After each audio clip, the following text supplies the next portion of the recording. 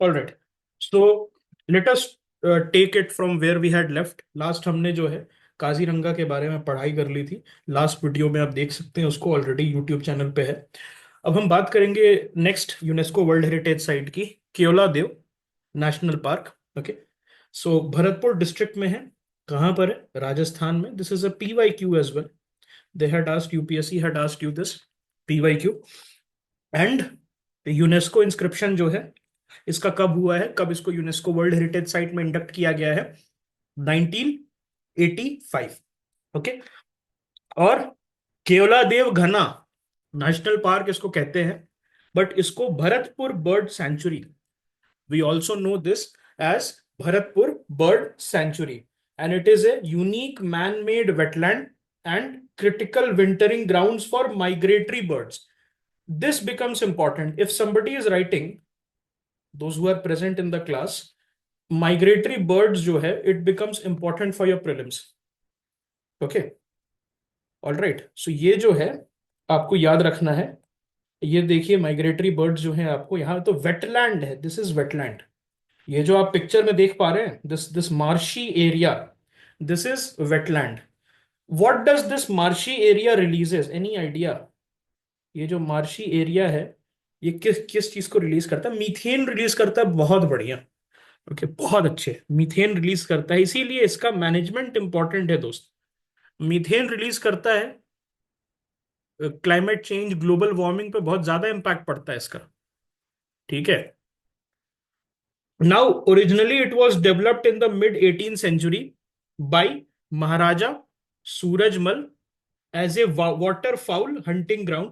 तो महाराजा सूरजमल जो है, जाट महाराज थे, भरतपुर जो भरतपुर एम्पायर है उसका। And it was named after a Shiva temple, that is Keoladeo. Very important, एक शिव टेम्पल है, उसी के अराउंड जो है आपका ये पूरा भरतपुर बर्ड सेंचुरी बना हुआ है। जनरली जब क्विजेस में आप जाइएगा, Bournvita quiz contest something like this, so they ask this question, they ask this question in the CBSE quiz contest as well. Okay, alright. Wintering ground का मतलब जो है ये होता है कि it becomes too much to bear for some birds who belong to the Russian area, central Asian area. तो central Asia में जब विंटर्स बहुत ज्यादा अनबेरेबल हो जाते हैं, so they migrate to the tropics down south and then they come to India where it gets pleasant. India में क्या ठंड पड़ती है? नहीं, इंडिया में ठंड नहीं पड़ती। इंडिया में it becomes pleasant for the birds. ठंड हमारे लिए पड़ती है, but for the birds this is pleasant. बहुत बढ़िया। Siberian crane. और कोई बर्ड आपको पता है जो इंडिया आता है? Amur falcon. Does the Amur falcon comes north east में, नेस्टिंग ग्राउंड बनाता है? यस। तो अमूर फैल्कन जो है वो कहां से आता है? Where is the breeding ground? Siberian crane तो नाम ही से हमें थोड़ा बहुत पता चल रहा है। अमूर फैल्कन जो है, Amur region is located in the tri junction of China, Russia and North Korea. तो रशिया का जो सदर्न पार्ट है, वहां पर जो ट्राई जंक्शन बॉर्डर है, ओके, इट मर्जेस, जो नॉर्थ कोरिया का बॉर्डर है चाइना और रशिया के बॉर्डर के साथ मर्ज करता है, तो वहां पर जो अमूर रीजन है, वहां से जो है आता है। और अमूर फैल्कन्स अभी न्यूज में क्यों थे, कोई any idea? They were caught, okay, by the north east people. जो उनको पकड़ रहे थे, तो उनको उनको एजुकेट किया गया। Okay, the forest department, they educated them that okay, these birds are not to be caught, they are not to be, yes, they are not to be captured. Okay, so अब हम वापस आते हैं Bharatpur bird century पे। so area was transformed into a wetland by constructing bunds or dams and creating a series of canals and dikes, and it was declared a bird sanctuary first in 1956, and further it was declared as a national park in 1981. So what is the difference between, let us quickly talk about national park, wildlife sanctuary? इसमें दोनों में difference क्या होता है? The difference is in the degree of protection and the allowance of human interference. Where is the degree of protection higher? The degree of protection is higher in the national park. Okay, there are severe restrictions on human activity inside the national park, whereas wildlife sanctuary में जो है, it is generally more relaxed compared to the national park. Flora, so wetland ecosystem, it consists of marshes, swamps, and flooded grasslands. Vegetation type में it is dominated by aquatic plants such as water hyacinth. Is water hyacinth a welcome addition to uh, any wetland or any kind of ecosystem? The answer is a big fat no. Why? Because this water hyacinth is an invasive species. So please remember that migratory birds are important and so are the invasive species. Okay. So dry deciduous forests with species like babool and kadam are also there. And fauna में जो है 375 species of bird including the Siberian crane which are critically endangered according to who has said that they are critically endangered according to IUCN. Okay, so this IUCN is an organization which publishes the which kind of book, white data book, red data book, क्या करता है? What kind of it has the red list. Okay, the red list जो है उसको release करता है, और ये जो रेड लिस्ट होता है उसमें क्या करता है ये, इट हैज स्पीशीज और उनको जो है कैटेगरीज पे 9 टोटल कैटेगरीज जो है इस रेड लिस्ट जो है उसमें रखता है, जिसमें it starts from data deficient, least concern, up till extinct. Okay, क्या क्या होता है रेड लिस्ट में? You have not evaluated, means that the animal is not evaluated और the data is not there. Then you have least concern, मतलब least concern, LC means least concern. Least concern means that there are abundant species possible. उसके बाद क्या होता है least concern के बाद? Near threatened, some threats have been there in the present time. उसके बाद क्या होता है? Vulnerable, it means that the threat perception has increased. उसके बाद होता है endangered, it means the numbers are coming down very fast and you need some kind of protection measures. And then you have critically endangered, the numbers have come down very very very low, less than 250 of a particular animal. Depending upon how fast that animal can produce, the number can vary. Suppose there is an animal like rhino, okay, and there are 1 lakh rhino or 1 lakh elephants, so gestation period is very high for the elephant or for the rhino. So what will happen in that case? In that case, critically endangered numbers जो है, that will be higher. At a higher level, you will say that this particular animal is critically endangered. Okay, but if there is an animal which procreates or mates very fast, so in that case we will say that the critically endangered threshold will be lower. इसका मतलब क्या होता है? अगर मैं बोलूं कि there are 1 lakh elephants, तो आप तो बोलोगे अरे इतने सारे एलिफेंट हैं.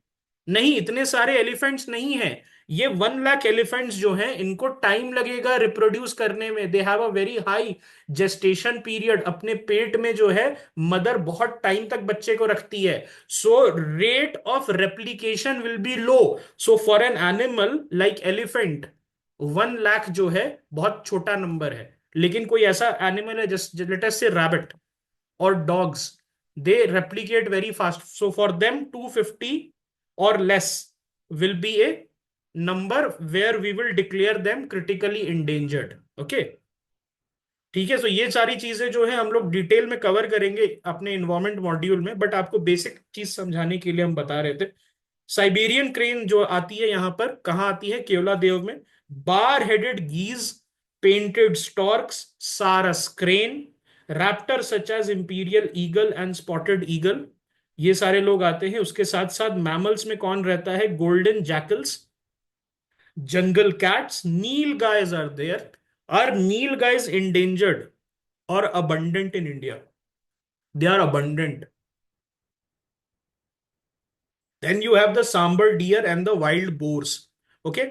Reptiles and amphibians जो है उसमें देखते हैं pythons, monitor lizards, and a variety of frogs and toads are also there. So you can see that the Keoladeo is national park is supporting a wide range of fauna. Ecological importance बहुत ज्यादा है, ये important ecological zone है Gangetic plain पे, and it is a vital stopover for birds who are migrating along the central Asian flyway. Now this is very very important. आपका जो central Asian flyway है, क्यों central Asia को छोड़ना पड़ता है बर्ड्स को? What is the reason why they have to leave Central Asia? Because it becomes very very cold, extreme. Okay, cold हो जाता है ना तभी आती है ना, हॉट होगा तो वही रहेगा. ओके, बहुत ठंड हो जाती है. Okay, conservation challenges.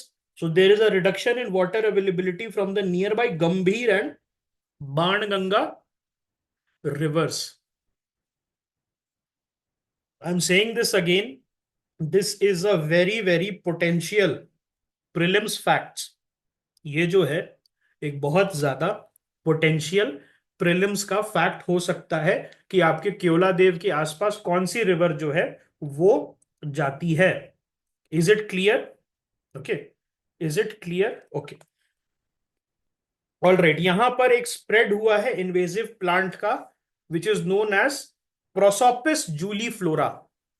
Okay, Prosopis juliflora जो है it is an invasive species. अब इन्वेजिव स्पीशीज का मतलब क्या होता है? इन्वेजिव मतलब बाहर से आया हुआ स्पीशीज है. ओके, बाहर से जो है ये स्पीशीज आया हुआ है. अभी हमने वाटर हयासिंथ की बात की थी, और अब जो है we are talking about this Prosopis juliflora. Now Prosopis juliflora जो है उसको हिंदी में क्या कहते हैं? Any idea? हिंदी में प्रोसोपिस जूली फ्लोरा को विलायती बबूल या विलायती कीकर, you might have heard about this, विलायती कीकर कहते हैं. ओके, कहीं कहीं पे इसको काबुली कीकर के नाम से भी जानते हैं, अंग्रेजी बबूल. ओके, इन इन सब अलग अलग नाम से जो है आप जानते हैं. और ये जो है अंग्रेजी, अब आप देखिए इसमें क्या नाम लिखा है, अंग्रेजी. It means it is not local. It is what? It is not local, आपके इंडिया में नहीं है. ओके, और प्रोसोपिस जूली फ्लोरा जो है this is native to, please remember, it is native to Mexico, it is native to South America, and it is native to the Caribbean. Okay, so ये जो है this thing native to, is it important? Yes, it is important because this was asked in the 2021 prelims about the palm oil. जो palm tree है उसके बारे में question आया था, टैमरिंड पे क्वेश्चन आया था. they had asked questions on drumsticks. Okay, so ये सारी चीजें जो है थोड़ा सा ध्यान रखना है आपको, that if a particular plant species जो कि न्यूज में है, जो कि न्यूज में है, क्या वो पर्टिकुलर प्लांट स्पीशीज इंडिया में मिलता है? Is it native to India और not? That is something that you have to see. Okay, और it was designated as a Ramsar wetland of international importance. तो what is Ramsar wetland of international? Okay, wetland of international importance.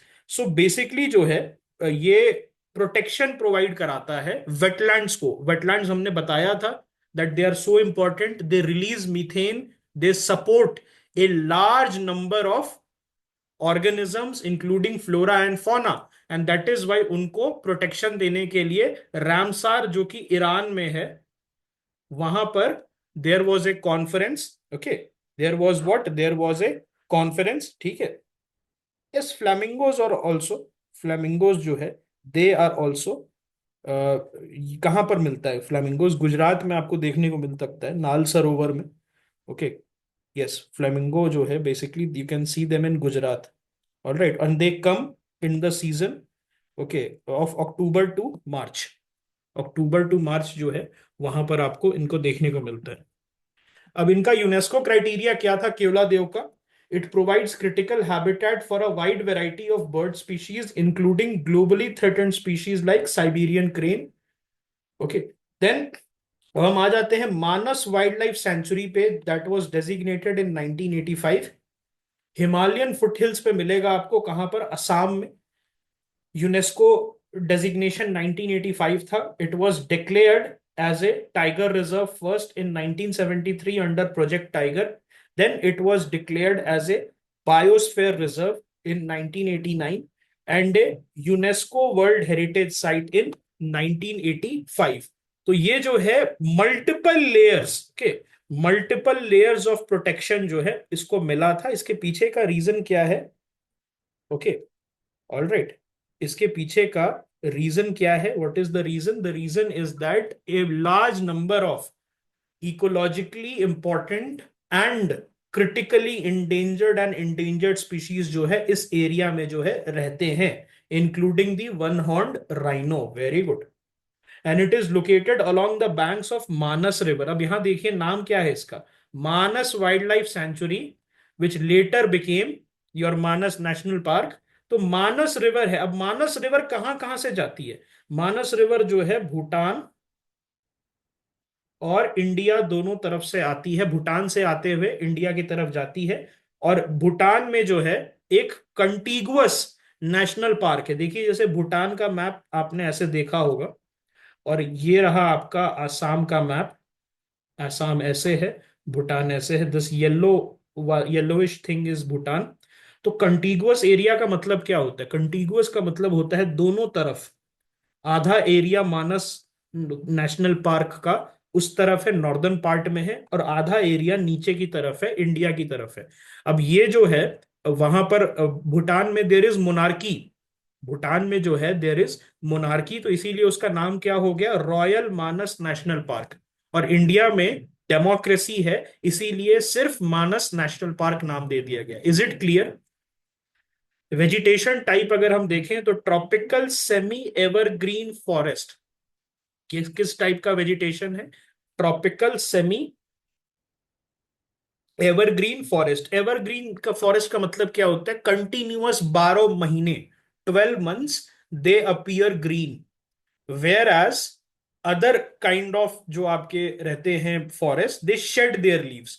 Generally जो है evergreen forest जो है, they are in areas with a lot of rainfall, continuous rainfall. Okay, then you have wet alluvial grasslands, deciduous forests, and a riverine ecosystem. Okay, significant plant species में क्या क्या है? Indian gooseberry, silk cotton tree, and several orchid species that you can found here. Indian gooseberry पता है आपको क्या होता है? आंवला। ओके, क्या क्या मैमल्स मिलेंगे आपको? Assam roof turtle, pygmy hog. Now pygmy hog are in the news a lot. उसके पीछे का रीजन क्या है? Why are the pygmy hog? They are very shy animals. याद है लास्ट ईयर भी हमने पढ़ा था, लास्ट ईयर के बैच में भी we studied pygmy hog. They are very shy animals, बहुत शाई रहते हैं। तो उनकी जो मेटिंग प्रोसेस है that becomes very challenging. Why? Because थोड़ा भी अगर मीटिंग प्रोसेस के समय डिस्टरबेंस होता है, so they basically run away. Okay, they basically do what? They basically run away. और उसका जो है एक बड़ा प्रॉब्लम होता है। तो पिग्मी हॉक को रिवाइव करने के लिए एक अलग से प्रोग्राम चलाया गया है। उसके बाद golden langur, this is also very important, and of course the Bengal tiger. All right, other species में क्या क्या आ जाएगा? Asian elephant, Indian rhinoceros, clouded leopards, and the swamp deer. This is there. All of the species will be covered in the environment module in the month of February. You don't have to worry at all. Avifauna. What are avifauna? So they host over 450 bird species. Great Hornbill festival आपको याद होगा, नागालैंड में we celebrate that. Bengal florican, which are critically endangered. अब जहां पर भी critically endangered है वो आपके लिए बहुत इंपॉर्टेंट हो जाता है। I try to send you separate document जिसमें जो है आपका सिर्फ क्रिटिकली इंडेंजर्ड स्पीशीज के बारे में रहे। जैसे यूनेस्को वर्ल्ड हेरिटेज साइट्स जो है, it is a high yielding topic for your art and culture. In the similar manner, for your environment and ecology, critically endangered and endangered species are very important. Is it clear? Okay. Notable species क्या क्या है? King cobra, Indian Python and घड़ियाल. घड़ियाल is something that is also important for your UPSC prelims. And rich diversity can also be found in the Manas River, where we find many endemic fish species. Now, please see here, what is endemic? Endemic is you can only find this there. Naturally कहां पर जो है आप वहीं पर से find कर सकते हैं. इसका मतलब ये नहीं कि दूसरे जगह नहीं मिलता है, बट नेचुरल हैबिटेट जो है उसका मानस रिवर है. It is the native population of this river. हम कहेंगे ना कि UPSC aspirants are endemic to Mukherjee Nagar. What does this mean? मतलब यूपीएससी एस्पिरेंट्स जो है कहाँ मिलते हैं? They are found in Mukherjee Nagar. ऐसा नहीं कि नोएडा में नहीं मिलेंगे और बेंगलोर में नहीं मिलेंगे, लेकिन उनका घर कहाँ पर है? यूपीएससी एस्पिरेंट्स का हब कहाँ पर है? कहाँ से वो जाने जाते हैं, कहाँ के वो हैं? That is your okay. तो ये बेसिकली एंडेमिक. कभी भी आप देखें endemic fish, endemic plant, it means it is found there only. अब जैसे मैं कहूं neel, neelakurinji kunthiana, it is endemic to the western Ghats. Am I right और am I wrong? Am I right और am I wrong? It is. अगर मैं बोलूं western Ghats, बहुत स्ट्रेच स्ट्रेच हो जाएगा ना. वेस्टर्न घाट्स तो गुजरात से स्टार्ट होता है. But if I say that the Nilkuranji Kunthiyanas are found in the Nilgiris, तो मैंने जो है आपको बता दिया कि इस एरिया में, छोटे से एरिया में आपको मिलेगा. Okay. This particular species are endemic. Endemic मतलब होता है लोकल.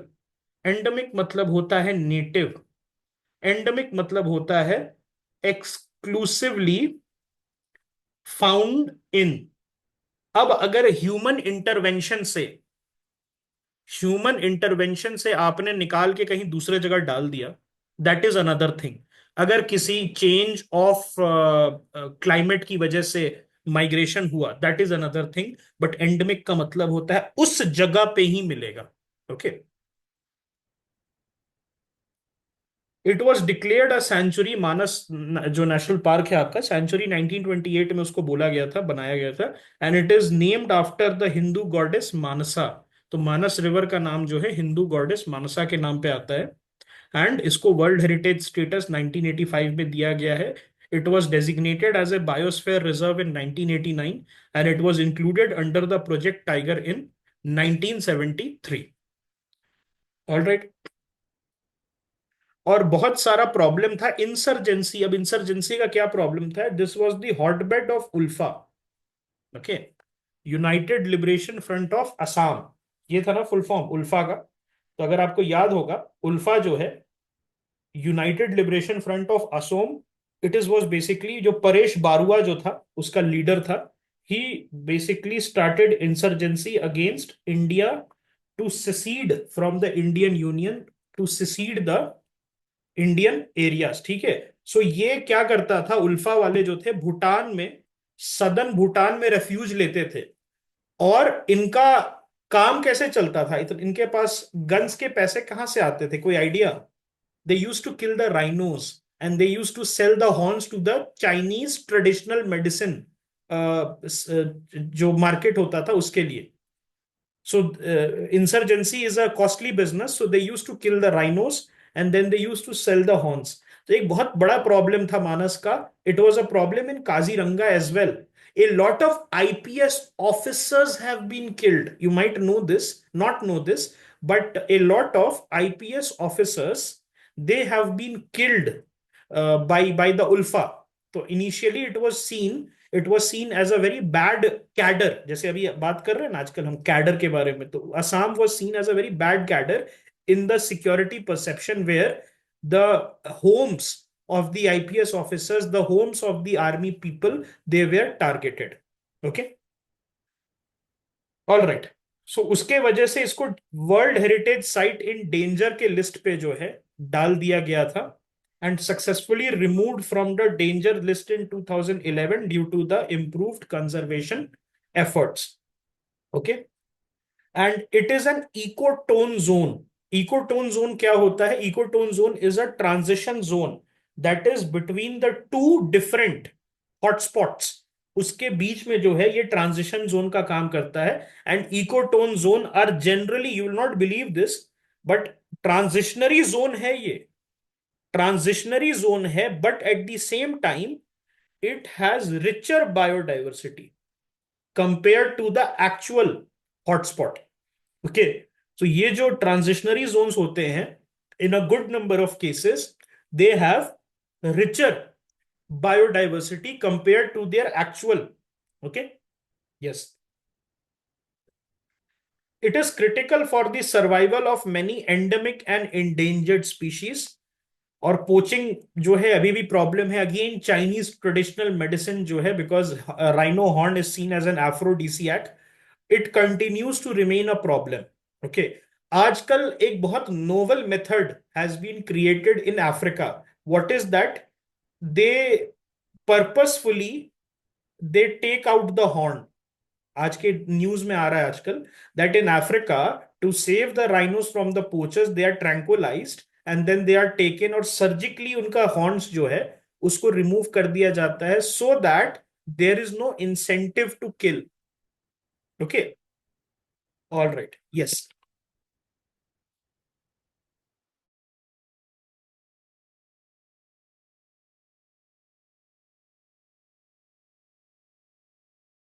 ऑल राइट, सो अब हम बात करते हैं churches and convents of Goa के बारे में। तो churches and convents of Goa 2021 prelims, direct question. Okay, churches and convents of Goa जो है उसमें आपको आया था क्वेश्चन सेंट जेवियर्स पे, if I am not wrong, है ना, सेंट जेवियर्स पे क्वेश्चन आया था। किस पे आया था? सेंट फ्रांसिस पे था या सेंट जेवियर पे था? There was a question in 2021, है ना। सेंट फ्रांसिस जो है उन पे क्वेश्चन था कि उनका कहाँ पर है tomb. Okay, so old Goa में लोकेटेड है near Panaji, Panaji, capital of Goa. और यूनेस्को इंस्क्रिप्शन इनका कब हुआ था? 1986 में। It is the testament to the spread of Christianity in Asia by the Portuguese. Was the spread of Christianity in Asia by Portuguese a peaceful affair? Were they converting people by talking to them and by no, they were killing them. Okay, so they killed a lot of Konkani Brahmins. There was a genocide of the Konkani Brahmins by people like Alfonso de Albuquerque, by people like Nino da Cunha, and subsequent Portuguese governor. Okay, so इसी को हम क्या कहते हैं? Very good, Goan inquisition. तो ऐसा कुछ नहीं है कि ये जो है आपका this is very peaceful, it was not peaceful in nature. You can say that the English missionaries were peaceful. If you compare, comparatively, they were peaceful. But the Portuguese missionaries, they were by the sword. They worked by the sword. Okay, and these churches were built between 16th and 18th century. Okay, and these monuments, they symbolize the influence of the Portuguese during their rule in Goa. इस तरीके का जो है आपको देखने को मिलता है। सो ये जो चीज है, ऐसा नहीं लगेगा गोवा में, it will appear that you are in Portugal, you are in some island of Portugal. This is very similar. Can I say this is Iberian architecture? This is Iberian architecture. What is Iberian architecture?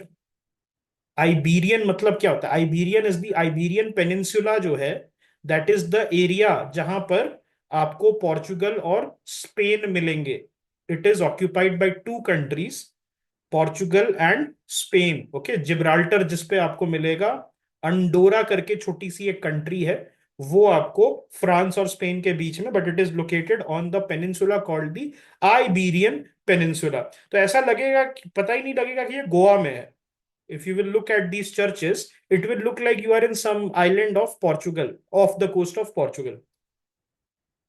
की features की बात करते हैं, सो Portuguese colonial style जो है उसको ये combine करता है। Okay, it combines Renaissance, baroque and Manueline style and integration of local materials as well. Local materials जो है उसको भी जो है ये इंक्लूड करता है, और उसके साथ साथ it also includes techniques with European architectural traditions. Notable structures क्या क्या है? तो ये प्रीलिम्स के लिए बहुत इंपॉर्टेंट है फ्रेंड्स, इसको ध्यान से देखिएगा। Basilica of Bom Jesus, it houses the mortal remains of Saint Francis Xavier. हाँ, मैं गलत नहीं था, मैं कह रहा था सेंट फ्रांसिस या Saint Xavier, I remembered, but नाम ही उनका था सेंट फ्रांसिस जेवियर। तो सेंट फ्रांसिस जेवियर का क्वेश्चन आया था दोस्त 2021 में। इसीलिए मैं कह रहा हूं, please UNESCO world heritage site if short on time, at least do the UNESCO world heritage site. Okay. And it is notable for its simplicity, grandeur, and gilded altars, and it represents the Baroque architecture. Then we have something called the Say Cathedral or the Sea Cathedral. It is the largest church in Asia, and it is dedicated to Saint Catherine. There you go. This is a prelims, very much a prelims topic. आपसे पूछ सकता है सी cathedral के बारे में। ठीक है। Now ये जो है, ओके, ये जो है बेसिकली कॉरिनीथियन और गॉथिक आर्कि एक्सटीरियर्स उसके तरह होता है। ठीक है। Now what is baroque architecture, पहले उसकी बात करते हैं। बैरोक आर्किटेक्चर जो है कहां से स्टार्ट हुआ था, एनी आइडिया? बैरोक आर्किटेक्चर जो है it was basically an Italian invention. Okay. Baroque जो है it is basically an Italian invention. और बैरोक आर्किटेक्चर कहाँ मिलेगा? You might have seen the palace of Versailles in France, जो वहां के किंग का पैलेस था, that is built in the baroque architecture.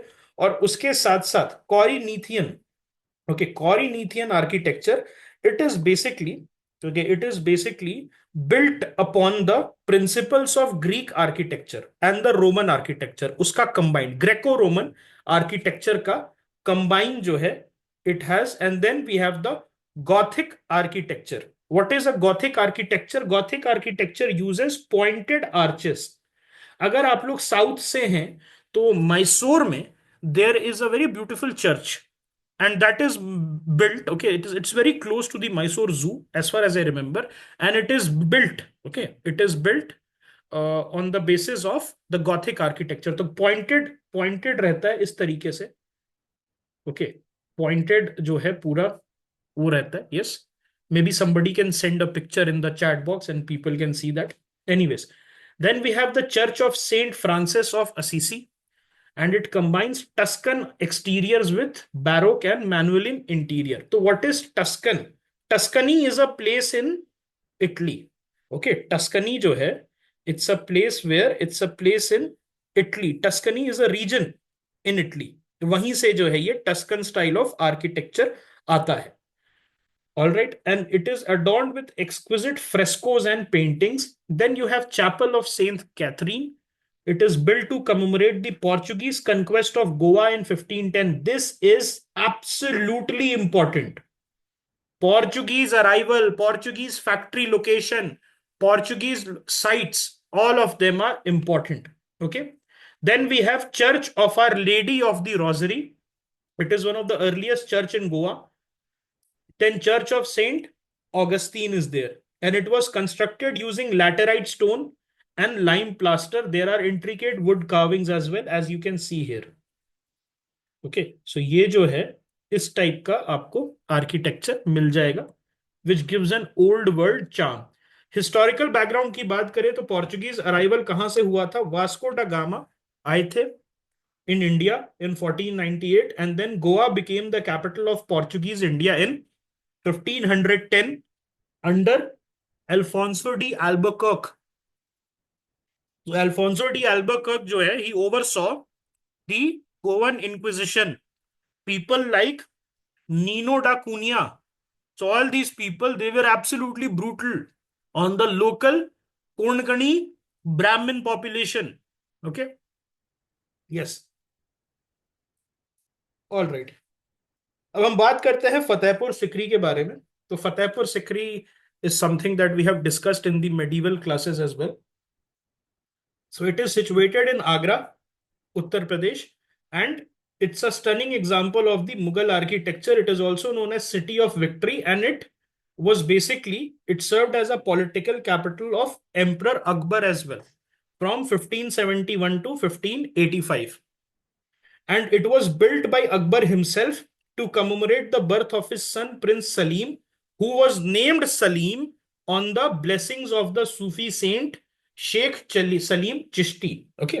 सो ऐसा कहा जाता है कि ये जो जहांगीर है या सलीम है, जैसे आपने अनारकली मूवी देखी होगी, है ना, मुगले आजम, अनारकली मूवी नहीं, मुगले आजम देखी होगी, तो मुगले आजम में बोलते हैं ना, सलीम तुम ये क्या कर रहे हो, सो सलीम हुई Salim. Who is the lover of Anarkali, he is basically Jahangir. और जहांगीर जो है, he his name, his original name was Salim, and Salim his name was taken from Sheikh Salim Chishti, because it was said that he was born due to the blessings of Sheikh Salim Chishti, okay, of the which order, ये कौन से order के Sufi saint थे? Chishti order के, नाम ही में पता चला, Chishti order. And which is the oldest, which is the oldest Sufi order that you guys know about, who came with the camp followers of the early Ghurid and Ghaznavid, the Chishtis, very good, Chishtis, ठीक है, याद रखिएगा, चिश्ती, कादरी, है ना, सुहरवर्दी, नक्शबंदी, याद है वो order जो हमने डिस्कस किया था? So that is also important.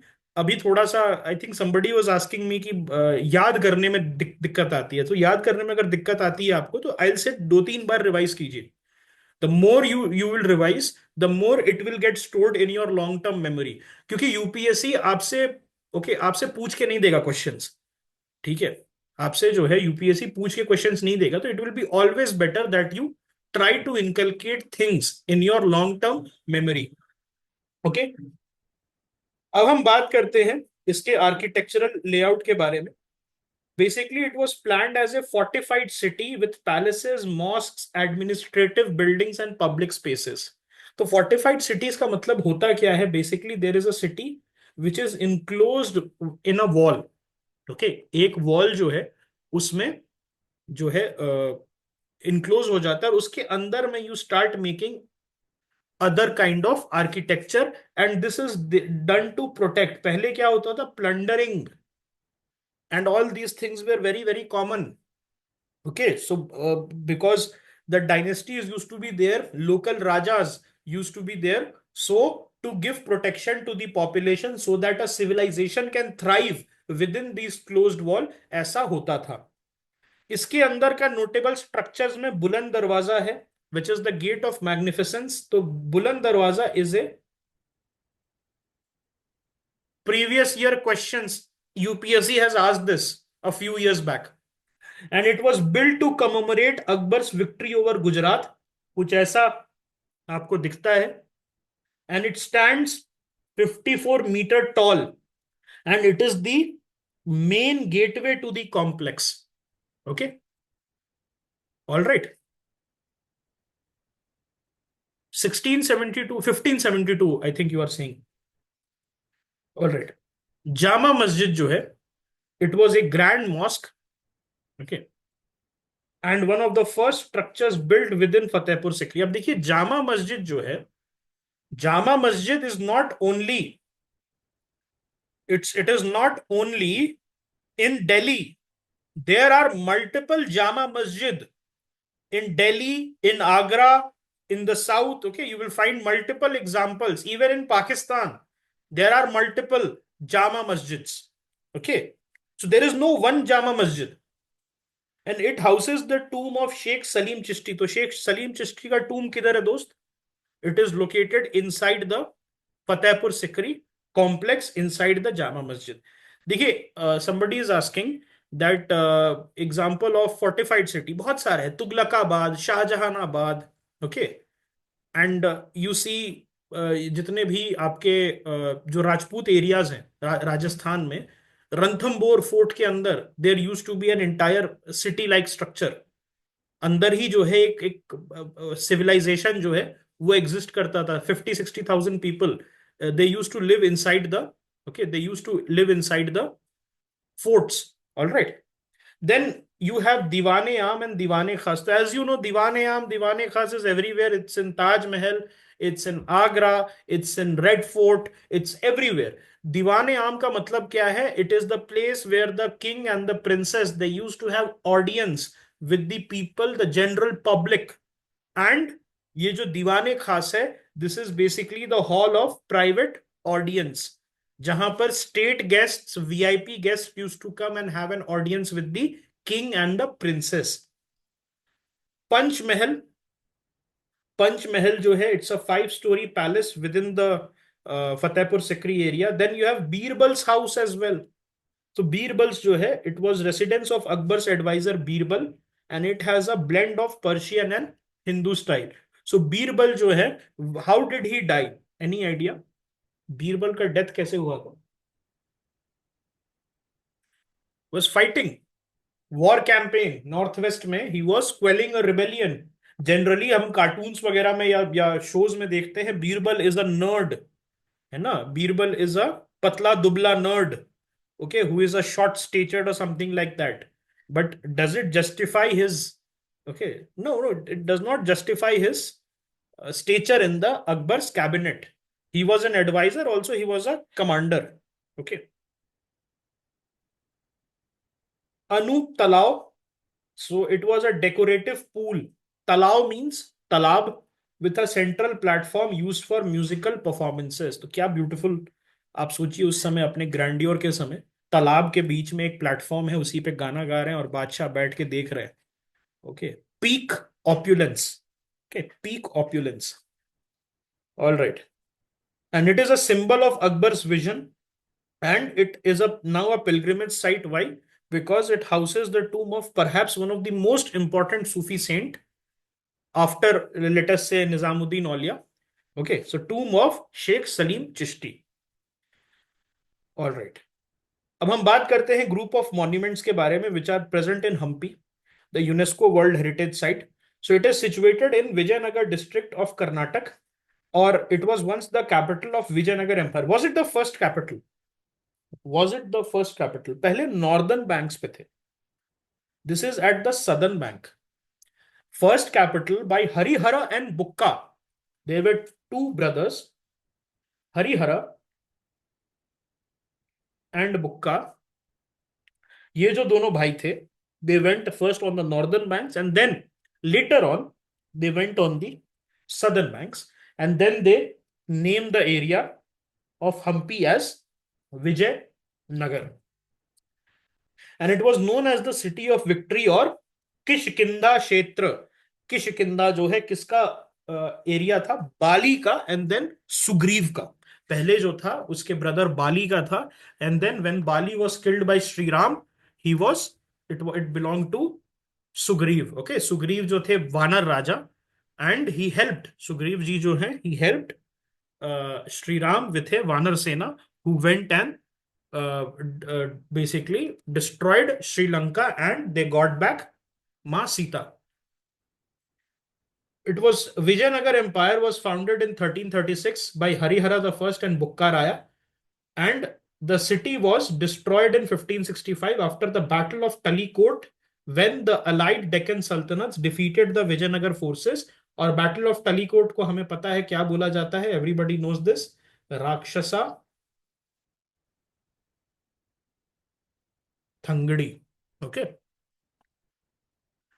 Architectural features, so it incorporates the Dravidian style. It uses granite and sandstone. Dravidian style architecture is from the south. आपको पता है नॉर्दर्न स्टाइल को क्या कहते हैं? नगर आर्किटेक्चर और नगरा स्टाइल. एंड दोनों के कॉम्बिनेशन को क्या कहते हैं अगर दोनों कंबाइंड हो जाए? So we have the Vesara style.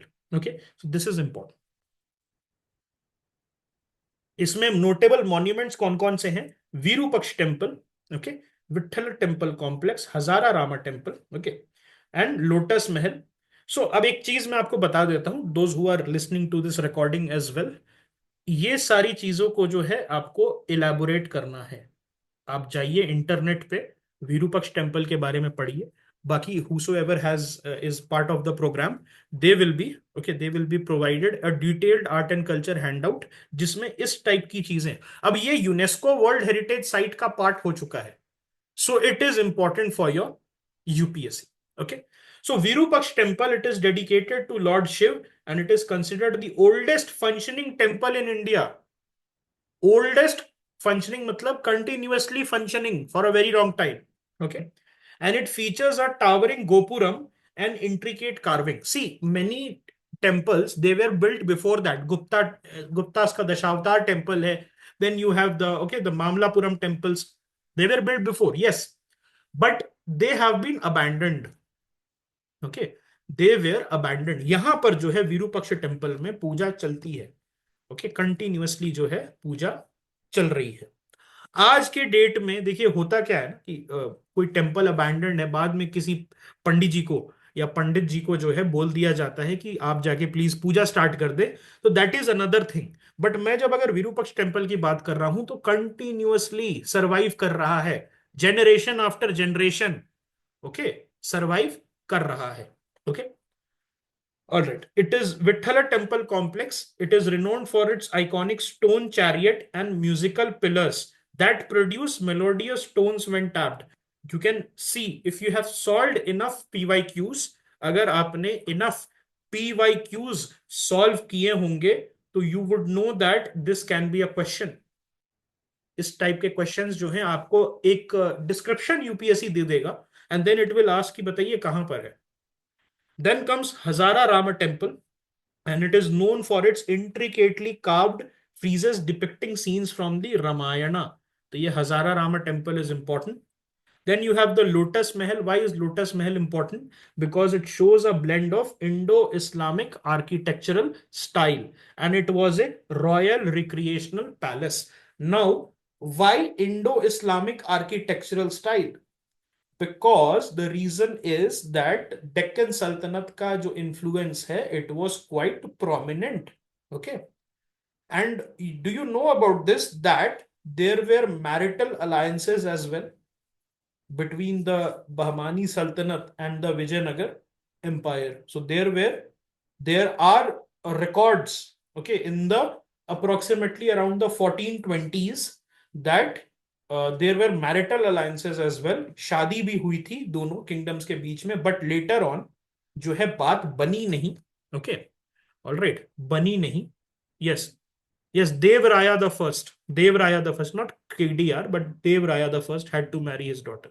Yes, elephant stables are also there. So आज के डेट में भी आप जाइएगा साउथ में, specially in the Mysore region और एंड द अदर रीजन्स, वहां पर elephants they are taken care of and they are part of the households, especially the Mysore Raja. Okay, Mysore Raja जो है अभी, I think he became the Mysore MP.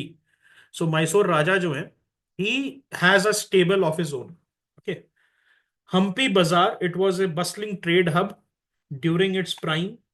Okay, then you have the Mahanavami Dibba, very important. Mahanavami Dibba, it was a grand platform which was used for royal ceremonies and public viewing.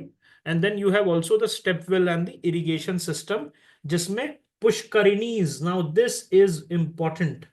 Pushkarinis are the sacred water tanks. जब आपसे अर्घहत्ता पूछ सकता है UPSC, so what is stopping UPSC from asking पुष्करिनी?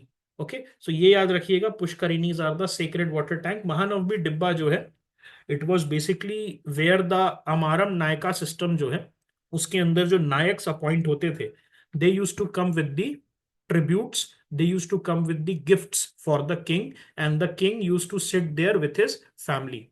Okay, and there are Hindu epics जो कि आपको इस area से पता चलता है। सो यहाँ किष्किंधा रीजन जो है वो भी है Kishkindha, it is linked with lord Hanuman and Sugriva.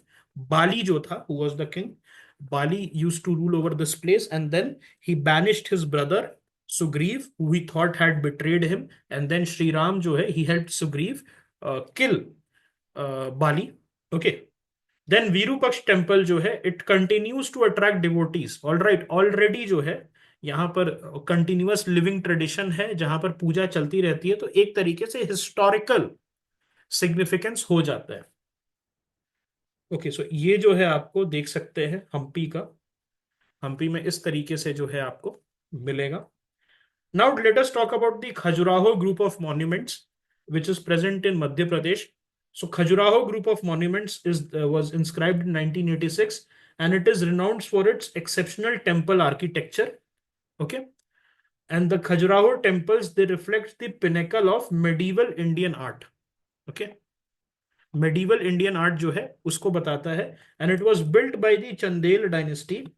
दो डायनेस्टीज जो हैं, हम बात करते हैं कच्छप घात dynasty, we also talk about the Chandel dynasty, and this region was known as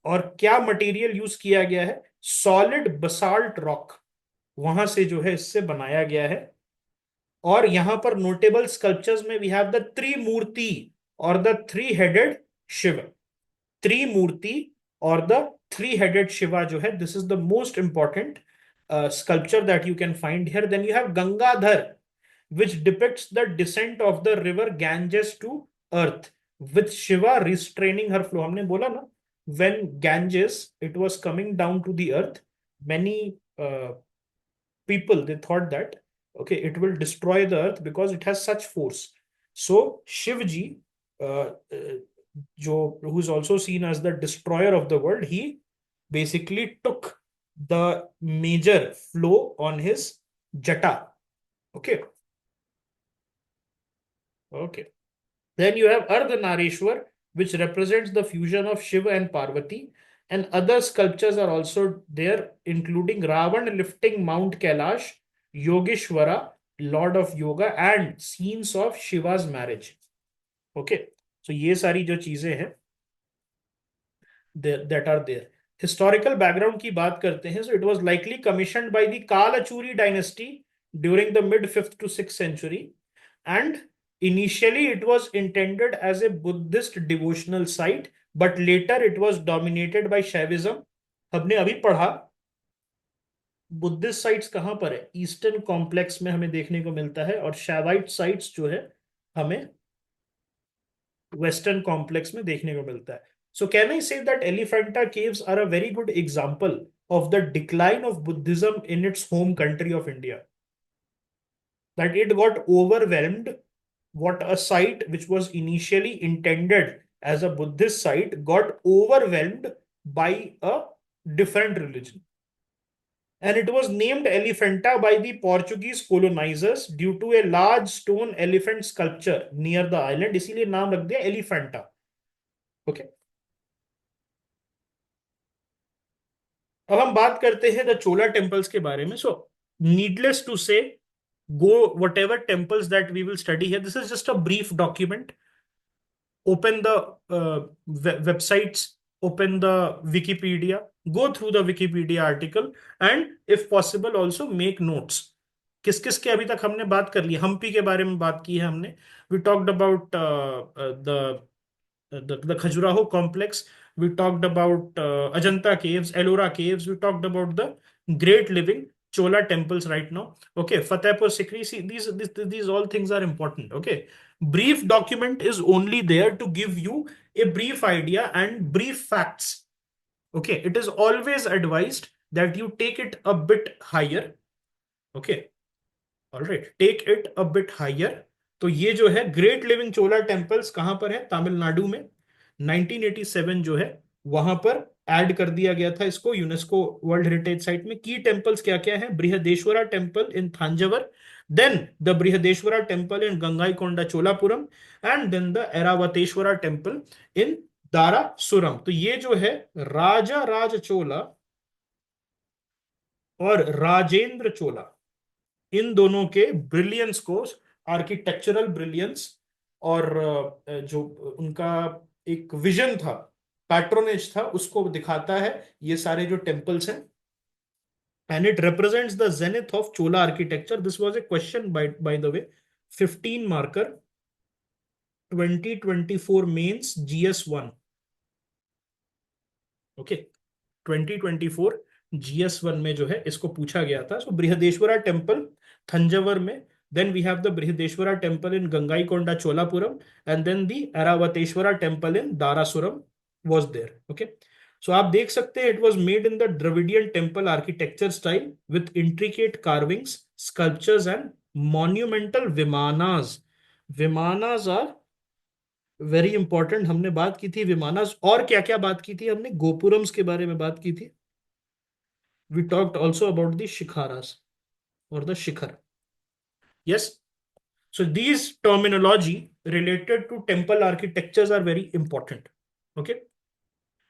तो चोला डायनेस्टी जो है कब से कब तक था? 9th to 13th century. तो याद है आप लोगों को क्लास में हमने बात की थी संगमा एज में there were Muvendar Kings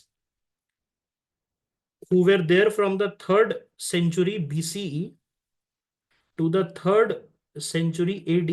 Then who came? We had the dark ages of the Kalabhras, and Kalabhras के बाद there was a resurgence of the Pandyas and the Pallavas. उसके बाद जो है then came Paratanka Chola. याद है Paratanka Chola? You remember Paratanka Chola from where? You remember Paratanka Chola from Uttara Merur inscription. याद रखिएगा, Uttara Merur inscription. Okay. All right. Temples served as religious centers and symbols of Chola power and devotion to Lord Shiv, and it was integral to Tamil culture and tradition. Key features of the temple. So Brihadeshwara temple, Thanjavur, इसको पेरिया कोविल भी कहते हैं, and it was built by Rajaraja Chola the first around the 10th century era. And Vimana जो है, it rises to 59.82 meters, which makes it one of the tallest temple towers in the world. World का जो है ये tallest temple tower बनता है, and it is constructed entirely of granite. Now this is also extremely important, that the entire structure is constructed entirely of granite. There is a massive prakara with sub shrines and dedicated to Ashtadik Palas, which are the guardians of the different direction. There is a Sanctum Sanctorum which houses a gigantic शिवलिंग, शिवजी को dedicated है, तो obviously murals and sculptures are there which depict Shiva in various forms, and there are scenes from the Puranas. So Puranas was something that they had asked that in your 2024 prelims. Okay. Then you have Brihadeshwara temple in Gangaikonda, Cholapuram. It was built by his Raja's son Rajendra Chola in the 11th century, early 11th century. And यहाँ विमाना थोड़ा छोटा है, 53 metres है. यहाँ पर अगर आप देखिएगा vimana 59.82, that is approximately 60 meters, which makes it one of the tallest temple towers in the world, whereas ये जो थोड़ा सा छोटा है at 53 meter. Okay. And the sculptures are of exceptional quality, which includes bronzes like Bhog Shakti and Subramanya. Now this is again prelims worthy facts. Bhog Shakti and Subramanya bronze sculpture. Then there is also a Saura Pitha, or the solar altar, and a lotus altar with 8 deities. Okay. Then we have the Airavateshwara temple in Darasuram. This was made by Raja Chola the second. This is not the Raja Chola from here, the first. This is different. Raja Chola, his son Rajendra Chola, and then after approximately 100 years comes another successor called Raja Chola the second. And यहाँ विमाना और छोटा है, approximately 24 meters का, and smaller and highly ornate compared to the other two temples. The Airavateshwara temple is smaller. यहाँ पर आप देख सकते हैं, this is the Airavateshwara temple. This is, as you can see, this Airavateshwara temple is smaller when compared to this temple, which has a bigger Vimana. Okay. The front mandap of the Airavateshwara temple is called Rajgambhiran Tirumandap, and it is designed as a chariot with wheels. Okay. All right. And it has intricate sculptures which depicts the lives of 63 nainers. Who are the nainers, friends? Nainers के बारे में कोई आपको idea है? Who are the nainers? The nainers were the early Tamil Shaivite saints. Okay. और nainers के उल्टा कौन थे, मतलब who were opposite to nainers? Alvars. Okay.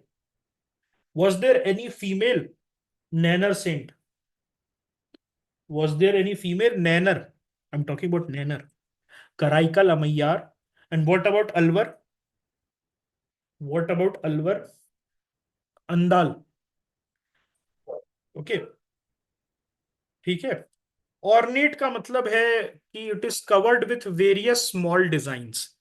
Okay. Ornate sculpture मतलब उसमें बहुत सारे छोटे छोटे छोटे डिजाइन्स आपको मिल जाएंगे। तो ये याद रखिएगा, ऐरावतेश्वरा टेम्पल में जो है you have the sculptures which depicts the 63 Nayanars lives. Okay,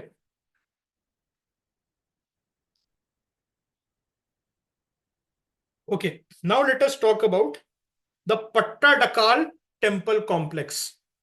तो पट्टाडकाल टेम्पल कॉम्प्लेक्स जो है, it is basically situated in Karnataka on the Malaprabha river. Now this is extremely important prelims worthy fact, prelims में पूछा जा सकता है, मालप्रभा रिवर पे है। And it is a harmonious blend of Dravidian and Nagara architectural style which shows the achievement of Chalukya dynasty. Now friends, Chalukya dynasty could be a 10-15 marker question. Chalukya dynasty could be a 10-15 marker question. And ये आपसे पूछ सकता है UPSC कि बताइए इसके architectural style के बारे में, you have to write about Pattadakal. Okay, it was constructed during the 7th and 8th century and it served as a ceremonial center for royal coronation. Okay, royal coronation मतलब क्या होता था, king को coronet किया जाता था after the passing away of his successor, a new king was chosen. तो उसके लिए पट्टा डकाल को यूज किया जाता था। एंड पट्टा डकाल जो है, it shows a blend of Dravidian and Nagara architectural tradition, and it was built using sandstones, and it is notable for its intricate carving depicting mythological and religious themes. अब again I don't have to say to you, please open the temples mentioned under the patta dakal. Okay, तो notable temples जो है उसको खोलना है आपको, Wikipedia पे देखना है, उसमें जो इंपॉर्टेंट नोट्स हैं वो आपको कर लेने हैं। क्लास में आपको एंशियंट हैंडआउट्स के थ्रू भी कराया जाएगा।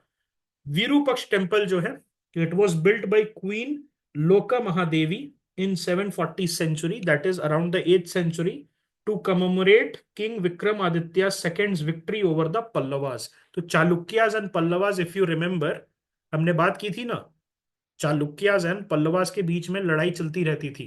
दे use to sack each others city. तो आपको याद होगा पुलकेशिन द सेकंड के बारे में, याद आया? हमने जो बात की थी आई होल के बारे में। Okay, all right, inspired the constructions of the Kailash temple at Ellora. तो ये जो विरूपक्ष टेम्पल है, इसी ने जो है कैलाश टेम्पल एट एलोरा जो है उसको इंस्पायर किया है। And it features a massive vimana with axial mandaps. तो इसमें इसका मतलब क्या है, what does this mean? Vimana का मतलब समझते हैं आप, मंडपास क्या होता है?